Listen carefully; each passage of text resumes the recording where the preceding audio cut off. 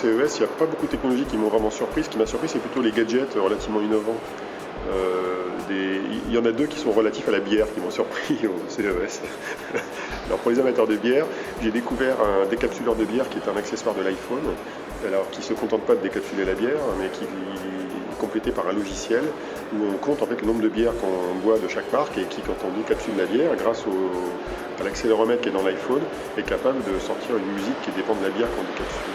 Alors ça, c'est le premier gadget pour la bière. Et le deuxième qui m'a surpris, c'était un énorme PC en forme de cylindre de chez Nvidia qui contenait plein de cartes graphiques ultra puissantes pour faire de la 3D et qui en même temps contenait un distributeur de bière, en fait, une tireuse de bière dans le PC. Voilà, ça c'est surprenant. En fait, moi, une démo qui m'a surprise et vraiment auquel j'étais intéressée, c'est le Wi-Fi direct.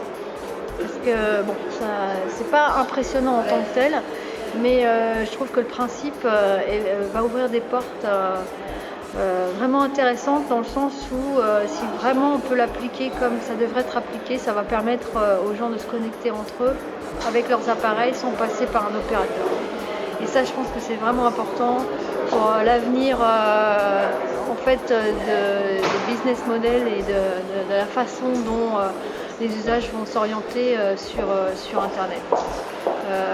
Notamment en limitant les pouvoirs que maintenant ont les opérateurs sur notre connectivité. Le premier, c'est Sifteo, que j'ai présenté tout à l'heure, qui mélange le fait de jouer avec des cubes un peu comme quand on était gosse, avec à la fois du jeu à l'intérieur avec des petits écrans dans les cubes et les cubes qui se parlent et du coup le jeu qui se construit à la fois dans le monde physique et dans le monde virtuel. Ça pour moi c'est un truc complètement nouveau, c'était pas avant. L'autre truc nouveau c'est Android quoi. C'était difficile de deviner que Android allait tout expliquer. Alors les flops, cette année, le flop le plus retentissant c'était Google TV en fait, puisqu'il était annoncé comme le Messie qui allait transformer radicalement le marché de la télévision connectée et pour des raisons diverses et variées, le retard technologique, le fait que la solution aujourd'hui n'est pas encore adaptée vraiment aux besoins des spectateurs, eh bien il y avait juste 3 stands où vous pouvez le voir, Sony, Logitech et puis Dish TV, un opérateur de satellite. Et finalement, les autres constructeurs ne l'ont pas adopté. Donc en fait, c'est une espèce d'année manquée pour Google TV qui, s'il réussit, ne réussira que dans un an. Bon, alors là, je vais parler de la 3D, non pas parce que j'attendais beaucoup de la 3D. On est à Hubert Gizmo, comme on couvre les nouvelles annonces, on est obligé de couvrir la 3D parce que là, depuis 2 ans, les constructeurs veulent pousser la 3D de force aux utilisateurs. Personnellement, ça nous ennuie. Je pense que ça ennuie aussi les utilisateurs dans la mesure où encore maintenant sur la télé, il faut porter des lunettes. Encore maintenant, il y a un certain nombre de gens qui sont malades quand ils regardent la 3D. Et je ne pense pas non plus que les utilisateurs veulent renouveler leur matériel ou payer un prix plus cher, notamment dans les cinémas, pour voir des films en 3D.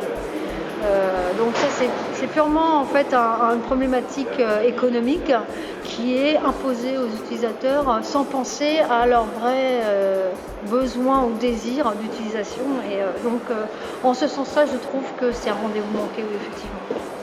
La 3D, on en parle tout le temps, c'est au moins 50% du salon, vraiment. Sur CES, c'est incroyable. Sur le Mobile World Congress, un petit peu moins parce qu'évidemment c'est des portables, donc il y a un peu moins de 3D. Qu'elle soit avec lunettes ou sans lunettes, il y a un mec, j'ai oublié son nom, un mec qui est assez connu, qui a été ingénieur du son pendant très longtemps pour le cinéma, qui a écrit tout un article pour expliquer pourquoi la 3D stéréoscopique telle qu'elle a été faite aujourd'hui avec les différentes technos était impossible pour l'être humain. Et donc il n'y a pas encore eu de stats, mais lui ce qu'il dit c'est qu'il y a la moitié de la population qui a mal à la tête. Et c'est pas à cause des lunettes et du poids des lunettes, c'est parce que l'œil n'est pas habitué à faire le point, comme un appareil photo pourrait faire le point, de façon dynamique. C'est-à-dire que l'œil de l'être humain, quand il va regarder un film, il se pose à une distance, et c'est tout.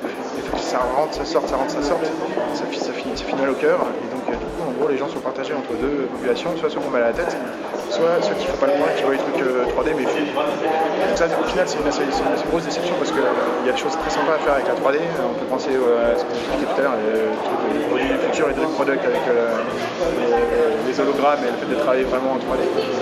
C'est pas prêt aujourd'hui, c'est dommage. Ok, merci. La techno la plus significative qui est arrivée à maturité, c'est l'usage de l'Internet sur les mobiles.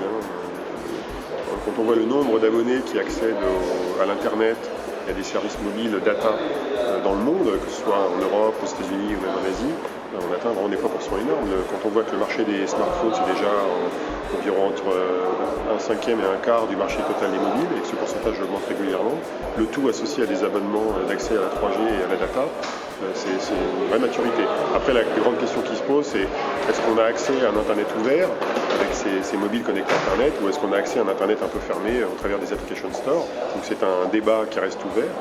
J'espère que ce débat ne va pas être entièrement tranché par les application stores et qu'on aura toujours un Internet ouvert dans le contexte des mobiles. Franchement, après son envol. En fait, je vais prendre l'exemple de la Xbox. Par rapport à la PlayStation, quand Microsoft s'est mis en tête de sortir la première version de sa console, tout le monde a rigolé. Et là, moi j'ai quelque chose qui m'a vraiment impressionné au dernier CES. Bon, ils ont sorti ça avant, c'est l'extension de la Xbox avec Kinect, qui est un vrai succès et qui enfin donne accès aux jeux vidéo sur console à la majorité des gens, avec des interfaces utilisateurs extrêmement intuitives et qui ne limitent pas l'utilisateur à 4 boutons comme le fait la PlayStation. Et donc je pense que ça ouvre beaucoup plus de créativité et de possibilités du côté des développeurs et du côté des utilisateurs. Bon, malheureusement, on sait que Microsoft est un système fermé, donc après on peut aussi débattre du fait que les systèmes propriétaires contre les systèmes ouverts. Mais bon, les interfaces gestuelles, c'est vraiment quelque chose qui m'impressionne quand ça marche bien.